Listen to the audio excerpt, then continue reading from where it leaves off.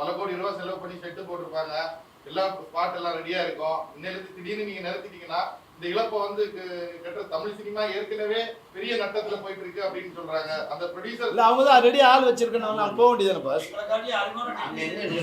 நாங்களா நிறுத்துறோம், எங்களை வேலைங்கிறாங்க, அதுக்கு ப்ரொடியூசர் கவுன்சில் பதில் சொல்லணும். பல கோடி படம் இருக்கிறவங்கலாம் ஆக்டிவ் ப்ரொடியூசர் இருக்காங்க. இல்ல அது அவங்களால பாதிக்கப்பட்ட ப்ரொடியூசர் அவங்களே தானே கேட்கணுமா? நாங்க வரலன்னு சொல்லலைங்க, நாங்க ஒர்க் பண்ணலன்னு சொல்லலை. அவங்க வித்ரா பண்ணாங்கன்னா we are ready to work. நாங்க ஃபெஷோட மட்டும் ஒர்க் பண்ணுவோம். உள்ள 10 சங்கம் இருக்கு, உப்மா சங்கம்லாம், அதுக்கெல்லாம் எங்களை பத்தி பிரச்சனை இல்லை. நீ உன்னோட வேலையை மட்டும் கவனி. ப்ரொடியூசர் கவுன்சில் வேலையை நீ ப்ரொடியூசர் கவுன்சில் வேலையை பாரு. நீ போய் இன்னொரு சங்கத்தை தொடங்குறதோ இல்லை ஆதரிக்கிறதோ அவங்களுக்கு ஸ்பெண்ட் பண்ணுறதோ அவங்கள வச்சு எங்களை அடிக்கலாம்னு நினைக்கிறதோ அதுதான் அவர் சொன்னார். அதை உன்னி சார் சொன்னார். ப்ரொடியூசர் கவுன்சில் தொழிலாளர் தொடங்கலை, அடிமைகள் சங்கத்தை தொடங்க நினைக்கிறாங்க. சம்பளம் வாங்காமல் வேலை செய்கிற சங்கத்தை தொடங்க நினைக்கிறாங்க. அவங்க 2 மாதம் கொண்டு அவனும் சம்பளம் கேட்பான்ல. அனைத்து பத்திரிகையாளர்கள் மற்றும் ஊடகவியலாளர்கள் அனைவருக்கும் எங்களுடைய வணக்கங்கள். இன்று கண்டன ஆர்ப்பாட்டத்தில் திரளாக கலந்து கொண்ட அனைத்து தொழிலாளர்களுக்கும், சம்மேளனத்தில் இணைக்கப்பட்ட அனைத்து சங்கங்களின் அனைத்து உறுப்பினர்களுக்கும், இந்தியாவிலிருந்து கலந்து கொண்ட அனைத்து கூட்டமைப்பின் தலைவர்களுக்கும் தென்னிந்திய திரைப்பட தொழிலாளர் சம்மேளனத்தின் சார்பில் எங்களுடைய நன்றிகளை தெரிவித்துக் கொள்கிறோம். இன்று 14/5/2025 தென்னிந்திய திரைப்பட தொழிலாளர் சம்மேளனத்தின் தலைமை அலுவலகத்தில் All India Film Employees Confederation AIFEC தலைவர் திரு அசோக்குமார் துவே, ஐஃபெக் பொதுச் செயலாளர் திரு உன்னிகிருஷ்ணன், ஐஃபெக் பொருளாளர் திரு ரவீந்திரநாத், வெஸ்டர்ன் இந்தியா தலைவர் திரு பிரேந்திரநாத் திவாரி மற்றும் பொருளாளர் திரு Gangeshwar Lal Srivatsa, Eastern India Federation தலைவர் சுரூப் பிஸ்வாஸ் மற்றும் கர்நாடகா ஃபெடரேஷன் தலைவர் திரு மகாபாலா மற்றும் பொதுச் செயலாளர் திரு சோம் சுந்தர்மூர்த்தி மற்றும் ஏபி ஃபெடரேஷன் பொதுச் செயலாளர் திரு அமிராஜ் மற்றும் தென்னிந்திய திரைப்பட சம்மேளன நிர்வாகிகள் தலைவர் ஆர் கே செல்லுமணி, பொதுச் செயலாளர் திரு பி என் சுவாமிநாதன் மற்றும் பொருளாளர் ஏபி செந்தில்குமார் ஆகிய அனைத்து நிர்வாகிகளும் மற்றும் இந்தியாவில் உள்ள அனைத்து கூட்டமைப்பு நிர்வாகிகளும் கலந்து பேசி எடுத்த தீர்மானங்கள் 4 தீர்மானம் எடுத்திருக்கோம். அதை உங்களுக்கு அனௌன்ஸ் பண்ணியிருக்கோம். இந்தியாவில் உள்ள அனைத்து திரைப்படத்துறையைச் சேர்ந்த அனைத்து கூட்டமைப்புகளும் இணைந்து செயல்படும். எந்த ஒரு கூட்டமைப்பு எதிராக யார் ஈடுபட்டாலும் அகில இந்திய தொழிலாளர்கள் மாமன்றம் ஐஃபெக் அவர்களுக்கு ஒத்துழைப்பு தருவதில்லை. குறிப்பாக பெப்சி தொழிலாளருக்கு எதிராக தமிழ் திரைப்பட தயாரிப்பாளர் சங்கத்தைச் சேர்ந்த சில நிர்வாகிகளின் முயற்சிக்கு கண்டனம் தெரிவிப்பதோடு அந்த முயற்சிக்கு ஒத்துழைப்பதில்லை எனவும் ஏகமனதாக தீர்மானம் செய்யப்பட்டது. பெப்சி ஏற்கனவே தென்னிந்திய திரைப்பட வர்த்தக சபை, தமிழ் திரைப்பட தயாரிப்பாளர் சங்கம், தமிழ் திரைப்பட நடப்பு தயாரிப்பாளர் சங்கம் மற்றும் தென்னிந்திய திரைப்பட தொலைக்காட்சிகள் தயாரிப்பாளர் சங்கம் ஆகிய 4 திரைப்பட அமைப்புகளுடன் இணைந்து பணிபுரிந்து வந்தது. தற்போது தமிழ் திரைப்பட தயாரிப்பாளர் சங்கத்தைச் சேர்ந்த சில நிர்வாகிகள் இன்னொரு கூட்டமைப்புடன் இணைந்து பணிபுரிவோம், அவர்களுக்கு ஆதரவளிப்போம் என்று அறிவித்துள்ளபடியால் அவர்களுக்கு பெப்சி மற்றும் ஐஃபெக்கில் இணைந்துள்ள அனைத்து கூட்டமைப்புகளும் தமிழ் திரைப்பட தயாரிப்பாளர் சங்கத்திற்கு ஒத்துழைப்பதில்லை என ஏகமனதாக முடிவு செய்துள்ளது. தமிழ் திரைப்பட தயாரிப்பாளர்கள் அந்த அறிவிப்பை வாபஸ் செய்தால் மட்டுமே அவர்களுக்கு ஒத்துழைப்பது என முடிவு செய்துள்ளது. எனவே இனி வழக்கம் போல தென்னிந்திய திரைப்பட வர்த்தக சபை, தமிழ் திரைப்பட நடப்பு தயாரிப்பாளர் சங்கம் மற்றும் தென்னிந்திய திரைப்பட தொலைக்காட்சிகள் தயாரிப்பாளர் சங்கம் ஆகிய 3 அமைப்புகளுடன் இணைந்து பணிபுரிவது என்று முடிவு செய்யப்பட்டது. இந்திய திரைப்படத்துறையில் திரைப்பட தொழிலாளர்களுக்கு வரலாற்றின் முதன்முறையாக PF மற்றும் ESI போன்ற வசதிகளை கிடைக்கப்பெற செய்கின்ற பெப்சியின் முயற்சிக்கு ஐஃபெக் மற்றும் இணைக்கப்பட்ட அனைத்து கூட்டமைப்புகளும் பாராட்டு தெரிவிக்கின்றது, அதற்கு ஆதரவளிக்கின்றது. இதற்கு தேவைப்படுகின்ற அனைத்து உதவிகளையும் இணைந்து செய்வோம் என்று ஐஃபெக் மற்றும் அனைத்து திரைப்பட கூட்டமைப்புகளும் ஏகமனமாக முடிவு செய்துள்ளது. இறுதியாக ஐஃபெக் மற்றும் இணைக்கப்பட்ட அனைத்து கூட்டமைப்புகளும் சார்பாக தமிழக அரசுக்கு திரைப்பட தொழிலாளர்களின் வாழ்வாதாரத்தை சீரழிக்க நினைக்கின்ற சிலரின் முயற்சிக்கு தடை விதித்து அவர்களுக்கு ஒத்துழைப்பு தராமல் வழக்கம் போல பெப்சி தொழிலாளர்களும் திரைப்பட தயாரிப்பாளர்களும் இணைந்து சுமூகமாக பயணிக்க வழிவகை செய்து தர வேண்டும் என்று அன்புடன் கேட்டுக்கொள்கிறோம். சார், இன்னைக்கு இந்த 4 தீர்மானங்களும் நாங்கள் எடுத்திருக்கோம்.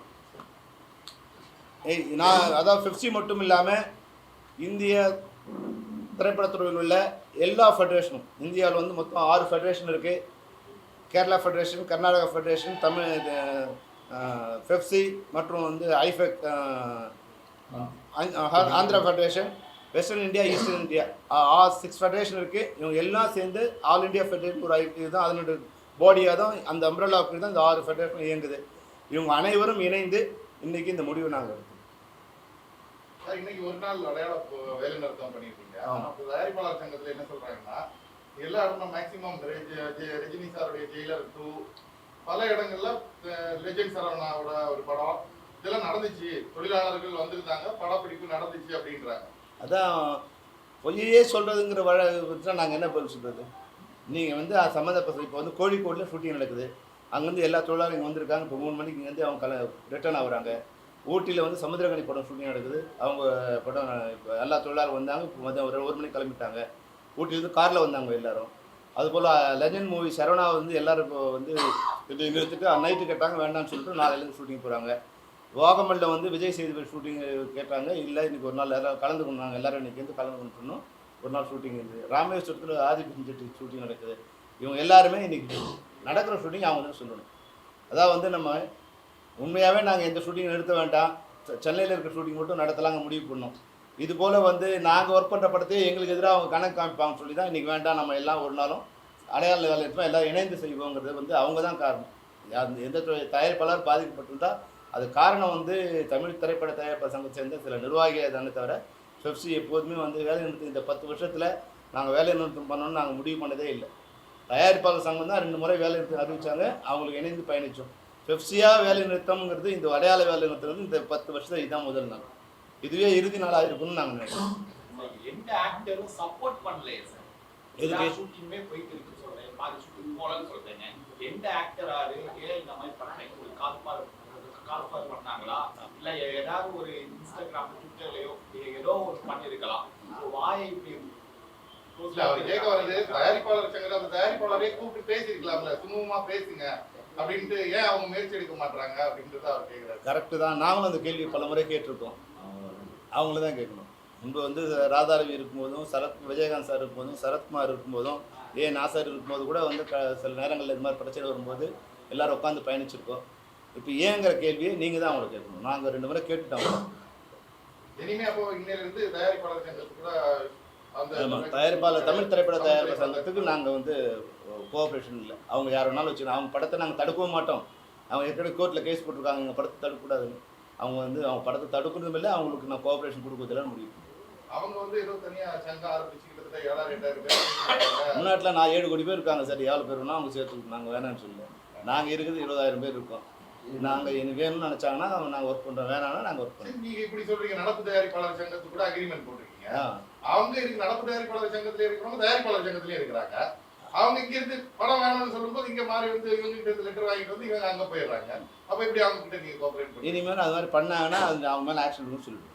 இது வரைக்கும் வந்து என்ன சொல்லியிருக்கோம், வந்து ப்ரொடியூசர் கவுன்சில் கொடுத்தாலும் லெட்டர் கொடுத்தாலும் நாங்கள் ஒர்க் பண்ணியிருந்துருக்கோம். இப்போ வந்து ஒர்க் பண்ண மாட்டேன்னு சொல்லிட்டு அது மாதிரி டபுள் கேம் இனிமேல் பண்ணாங்கன்னா அந்த சங்கத்துக்கு சொல்லுவோம், டபுள் கேம் பண்ண ப்ரொடியூசர் ஒன்று ஏஜர் அங்கே இருக்க சொல்லுங்கள், இல்லை உங்கள்கிட்ட இருக்க சொல்லுங்கள் சொல்லுவோம். ஏன்னா ஒரே நாளில் முடிய போகிறது இல்லை இந்த வாழ்க்கை, தொடர்ந்து படம் பண்ணணும் இல்லையா. ஒரு தடவை ஏமாத்தலாம், தொடர்ந்து ஏமாற்ற முடியாது இல்லையா. இப்போ அதிக படம் போகிறது யாருக்கு சார்? நடப்பு தயாரிப்பாளர் சார் சொன்னால் அவங்களுக்கு கோவம் வருது. இப்போ என்னன்னா நீங்கள் சொன்ன நியூட்ரலாக இருக்காங்க இல்லையா, ஒரு 100 பேர் இதுலேயும் இருக்காங்க அதுலேயும் இருக்காங்க. இப்போ நாங்கள் அன்றைக்கி கணக்கெடுக்கும் போது மொத்தம் 46 படங்களில் 35 படங்கள் வந்து நடப்பு தயாரிப்பாளர் சங்கத்தை சேர்ந்தவங்களாக இருந்தாங்க, 11 படம் வந்து ப்ரொடியூசர் கவுன்சில் இருந்தாங்க. இந்த 35 படங்களில் வந்து 2துலேயும் இருக்கவங்க ஒரு 10 பேர் இருப்பாங்க. அந்த 10 பேர் அவங்களும் சேர்த்துப்பாங்க, இவங்களும் சேர்த்துப்பாங்க. அதனால் வந்து நம்ம கணக்கெடுத்து சொல்ல முடியாது. ஆனால் இப்போ வந்து 60 to 70% நடக்கிறது அது ஆக்டிவ் ப்ரொடியூசர்ஸ் வந்து நான் ஒர்க் பண்ணிட்டு இருக்கேன். ஓகே, இப்போ தமிழ்நாட்டில இருந்து நீங்க பெப்சி அனௌன்ஸ் பண்ணிச்சு, ஸோ இனி வேற மாநிலங்கள்ல போனாலும் இவங்களும் சப்போர்ட் பண்ண மாட்டாங்க அவங்களுக்கு. பண்ண தயாரிப்பாளர் சங்கத்துக்கு தமிழ் திரைப்பட தயாரிப்பாளர் பெப்சி இல்லாமல் பெப்சி தொழிலாளர் இல்லாமல் அவங்க ஒர்க் பண்ண மாட்டாங்க. ஓகே, நீங்க லெட்டர் தரணும் அவங்களுக்கு. ஆமாம், இப்போ எங்கள் தொழிலாளர் இருக்காங்க இல்லையா, ஆமா, அந்த ப்ரொடியூசர்ஸுக்கே வந்து நாங்கள் அவங்க முதல்ல அவங்க எங்களுக்கு ஒரு அக்ரிமெண்ட் கொடுக்கணும், நாங்கள் இந்த பெப்சியோட இணைந்து பயணிக்கிறோம் அப்படின்னு வந்து ஒரு லெட்டர் கொடுப்பாங்க. இது அவங்க எங்களுக்கு கொடுக்கணும். அந்த லெட்டர் நாங்கள் அவங்களுக்கு அனுப்பிச்சா மற்ற தொழிலாளர்கள் மற்ற இதுகளும் ஒர்க் பண்ணுவாங்க. இயக்குனர் சங்கத்துல சார் மட்டும்தான் வந்திருக்காங்க. உங்களுக்கு சப்போர்ட்டா வந்து முன்னாடி இயக்குனர்கள் யாராவது போராட்டத்துக்கு வந்திருக்கலாம். ஆனா ஆக்டர் சங்கத்துல பெரிய ஆக்டர் சங்கம் எங்ககிட்ட இல்லை சார். இங்கே வந்து சப்போர்ட்டா வரலாம்ல, அதுதான் நான் சொல்லி வந்து அது நீங்கள் அவங்களுக்கு தானே கேட்கணும். இல்ல என்ன காரணம் அவங்கள தான் கேட்கணும். நாங்கள் சொல்லிட்டோம்.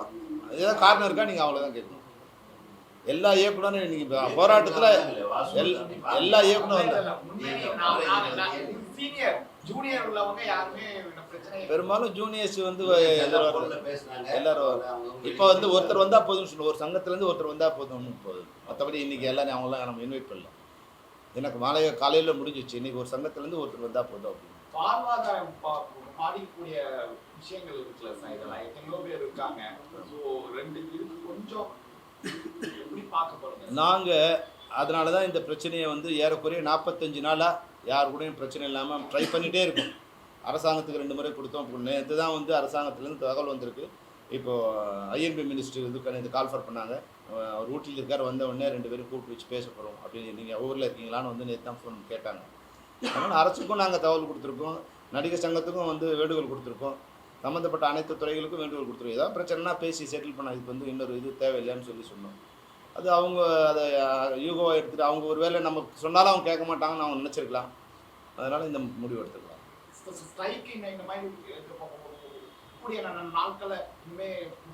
ஸ்ட்ரைக் இனிமேல் வர சான்ஸ் இல்லை சார். இனிமேல் ஸ்ட்ரைக் வர சான்ஸ் இல்லை. No more strike. இது வந்து ஒன்லி டோக்கன் ஸ்ட்ரைக்கு. அவங்களுக்கு நாங்கள் ஒர்க் பண்ண மாட்டோம். அதுதான் நாங்கள் எடுத்த முடியும் சார். அவங்களோட கோரிக்கை ஒற்ற கோரிக்கை. நாங்கள் வந்து தயாரிப்பாளர் சங்கம், பழமையான தயாரிப்பாளர் சங்கம். எங்ககிட்ட இருந்து பிரிஞ்சு போன அமைப்புகிட்ட போய் நீங்க வந்து அக்ரிமெண்ட் பண்ணாதீங்க அப்படின்றத நாங்கள் உங்கள்கிட்ட சொல்லுவோம். ஆனா இப்போ வந்து பிரச்சனை வேற மாதிரி இருக்கு. பெர்சன்டேஜ் ஆஃப் எம்ப்ளாயிஸோட சேலரி ஹைக் அப்படின்ற மாதிரி எல்லாம் இன்னைக்கு பேசுறோம். ஆனா அவங்களுடைய மன வருத்தம் அது ஒன்னா தானே இருக்கு. நீங்க வந்து தமிழ் திரைப்படத்தை பிரிஞ்சு போய் நடப்பு தயாரிப்பாளர் சங்கத்துக்கு போறவங்க கிட்ட அக்ரிமெண்ட் பண்ணாதுங்க. நாங்க தானே பழமையான சங்கம். எங்க கூட நீங்க பண்ணி நீங்க 2 பேரும் சேர்த்து வைக்க முயற்சி பண்ணிருக்கோம். 2 சங்கமா இருக்கிறது நீங்க அப்படி வச்சாங்க. கடந்த 5 வருடமாக இதுக்கான முயற்சி நடந்துட்டே இருக்கு. 2 பேரும் சேர்ந்து உட்கார வச்சு சம்பள பேச்சுவார்த்தையிலிருந்து, கலைஞர் நூற்றாண்டு விழா நடத்துனதுலேருந்து, இப்போ வந்து மறுசீரம் பண்ணது 2 பேரையும் வந்து உட்கார வச்சு பேசுறது வந்து பெப்சியோட முயற்சி தான். வழக்கமாக இது மாதிரி தயாரிப்பாளர் பிரிஞ்சா பெப்சி தான் அதில் சந்தோஷமாக இருக்கும். ஏன்னா ஊர் 2 போட்டால் கூத்தாடி கொண்டு வருஷங்கிற மாதிரி தயாரிப்பாளர் 2 போட்டால் எங்களுக்கு நல்லது நினைப்போம். ஆனால் நாங்கள் கடந்த 5 வருடமாக 2 பேரும் உட்கார வைக்க பல முறை போராடி 2 பேரும் ஒரு பெஞ்சில் உட்கார வச்சு அவங்க இழைச்சிட்டு தான் எங்களுக்கு நல்லது, இண்டஸ்ட்ரிக்கு நல்லதுன்னு அவங்க சொல்லியிருக்கோம். அது அவங்க இது பண்ணல. இப்போது முதல்ல சேம்பரோட தான் கையெழுத்து போட்டோம். அப்புறம் ஏன் தமிழ் ப்ரொடியூசரோட கையெழுத்து போட்டோம். அப்போ வந்து இப்போவும் அவங்களோட நம்ம கையெழுத்து போடுறதுக்கு இது வந்து அவங்க சும்மா சொல்கிற குற்றச்சாட்டை தவிர நிர்வாகி இப்போது வேணான்னா வேணான்னு சொல்லணும்ல. இன்றைக்கி 50 படம் ஷூட்டிங் எடுக்குது. 50 படத்தோட தயாரிப்பாளரும் ஃபஸ்ட்டு ஏங்க ஷூட்டிங் இல்லை நீங்கள் வாங்கன்னு கூப்பிட்றாங்க. நாங்கள் சொன்னோம், உங்கள் தயாரிப்பாளர்லாம் வாங்கன்னு கூப்பிட்றீங்க, உங்கள் சங்கத்தை நிர்வாகி வேண்டாங்கிறாங்க. நீங்கள் போய் உங்கள் சங்கத்தில் தானே கேட்கணும். ஒரே ஒரு தயாரிப்பாளர் கூட நீங்கள் வேணான்னு ஒரு தயாரிப்புன்னு சொல்லலை. அப்போ எல்லா தயாரிப்பாளரும் வேணுங்கிற நிலையில் இருக்கும்போது அதை முடிவெடுக்கிற அதிகாரம் தயாரிப்பு நிர்வாகிகள் எங்கேருந்து வந்தது? எப்படி அவங்க அந்த முடிவு எடுக்கலாம்? வேணான்னா தயாரிப்பாளர் அதனோட பாடியில் இருக்கும் வேணான்னு தானே சொல்லணும். அதில் 7 பேர் இன்னைக்கு 50 பேர் நடக்குதுன்னா 50 பேர் வேணும்னு தான் கேட்குறாங்க. இன்னொன்று நேற்றுக்கு ஒரு அறிக்கை வெளியிட்டிருக்காங்க, நீங்களும் பார்த்துருப்பீங்கன்னு நினைக்கிறேன். இந்த படம் நின்று போய் அதில் வரக்கூடிய இழப்பை அந்த யார் அந்த வெப்சி தான் பொறுப்பு அப்படின்ற மாதிரி வெப்சைட் வாங்கி அந்த தயாரிப்பாளருக்கு நாங்கள் கொடுக்க வேண்டிய நிலைக்கு தள்ளப்படும். சட்ட ரீதியாக கூட நாங்கள் சட்டம் எல்லாரும் புரியுது தானே. சட்டம் ஒன்று ப்ரொடியூசர் கவுன்சில் மட்டும் இல்லை. நீங்கள் தான் வேணாம் நான் இன்னொருவோட ஒர்க் பண்ணுவேன், சரி இப்போ ஒர்க் பண்ணிங்கன்னு சொல்கிறோம். யார்கிட்ட கேட்குறது? நீங்கள் வேணான்னு சொன்ன பிறகு அப்புறம் நான் என்ன எப்படி நீங்கள் சார்ஜ் பண்ணுவீங்க? என்ன வேணான்னு சொல்லிட்டீங்க, அப்புறம் வேணான்னு பிறகு வேணாம் தானே, அப்புறம் எப்படி என்ன நான் வரல நீ எம்எல்ஏ எப்படி கேஸ் போடுவீங்க? நீ தானே வேணான்னு சொன்னேன். அப்புறம் சரி, இப்போ வந்து நீங்க இன்னிலிருந்து போக மாட்டேன்னு சொல்லிட்டீங்க. ஏற்கனவே அக்ரிமெண்ட் போட்டுருக்கீங்க. ஒரு படம் பாதியிலே போய் நின்று போயிருக்கோம். அந்த படத்தை எப்படி கண்டினியூ பண்ண போறீங்க? இப்போ இதனால பாதிக்கப்படக்கூடியது அந்த சங்கத்தில் இருக்கக்கூடிய தயாரிப்பாளர். அது அவங்க தானே முடிவு பண்ணோம். ஏன் இது மாதிரி கொடுக்குறேன்னு அவங்க கேட்கணும். படம் போயிருக்கு, இன்னொரு 10%. கரெக்டு. அந்த தயாரிப்பாளர் யாரை கேட்கணும்? இப்போ வேணான்னு உங்கள் பாடி முடிவு பண்ணிட்டாங்க சார் வேணான்னு. அப்போ நாங்கள் எப்படி வர்றது? உங்க வேணான்னு உங்கள் பாடி முடிவு பண்ணப்போ நாங்கள் எப்படி உங்க கூட வர்றது? ஏன் வேணான்னு முடிவு பண்ணி நீங்கள் போய் உங்கள் மெம்பர் அவங்க அப்படியே உணவு தயாரிப்பாளர்கள் மெம்பர் ஆகிட்டு லெட்டர் வாங்கிட்டு வந்து அவங்களுக்கு கண்டினியூ பண்ணிக்கலாம். அவ்வளோதான். அவங்க சேம்பர்லேயும் வாங்கலாம். ஏன் நீ நடப்பு தயாரிப்பாளர் எங்களுக்கு கூட இன்னும் வந்து யாருக்கும் நாங்கள் புரோக்கர் வேலை பண்ணல. புரியுதுங்களா? நீங்கள் வந்து அதுக்குள்ளே ஒரு கொக்கியை மாட்டக்கூடாது. நாங்கள் இப்போ அறிவித்த மாதிரி film chamber, actor producer council, guild 4 முன்னாடி 4ஓட ஒர்க் பண்ணோம். இன்றைக்கி ஒருத்தர் இல்லை, மீதி 3 பேர் எல்லாரும் என் கூட ஒரு இணைஞ்ச பயணம் சொல்லியிருக்காங்க. அதனால் அதில் இருக்கிற நீங்கள் அதில் போய் ஜாயின் பண்ணுங்கள், நாங்கள் ஒர்க் பண்ணணும்னு சொல்லுவோம். ஒட்டுமொத்தமாக இன்றைக்கி எவ்வளோ பெரிய படம் நின்றுருக்கு சார்? டோட்டல் எவ்வளோ படம் நின்றுருக்கு, எவ்வளோ சீரியல் ஒர்க் பண்ணாமல் சார்? மொத்தம் இன்னைக்கு 50 படங்கள் நடந்துட்டு 50 ஷூட்டிங் நடக்குது. அதில் வந்து 28 வந்து சீரியல் சார், 22 படங்கள். அதில் வந்து சீரியலுக்கு மட்டும் வந்து ஆஃப் டே மட்டும் சொல்லிவிட்டு அவங்க மத்தியானம் ஆரம்பிச்சிட்டாங்க. அவங்க 28 பேர் ஆரம்பிச்சிட்டாங்க.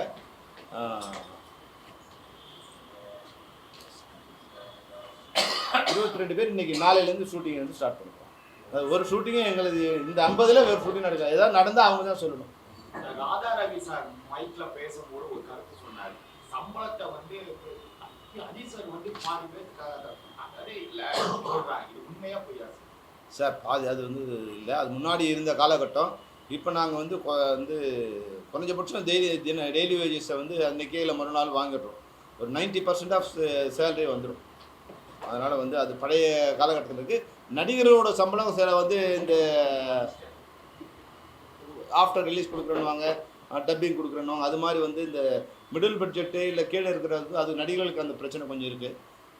எங்களை பொறுத்த வரைக்கும் 90% ஆஃப் சேலரி வந்து நாங்கள் வாங்கிடுவோம். Last question.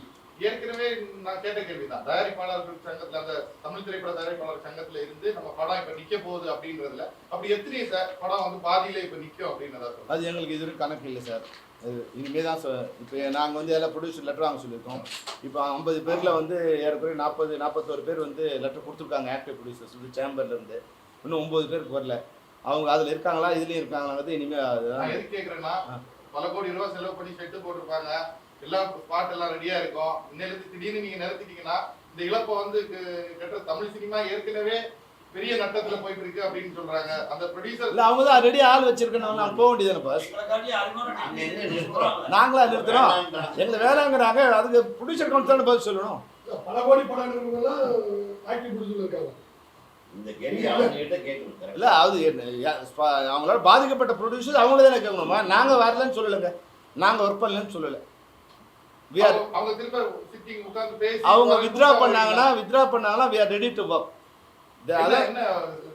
நாங்கள் ஃப்ரெஷ்ஷோட மட்டும் ஒர்க் பண்ணுவோம். சங்கம் தொடங்க மாட்டோம்.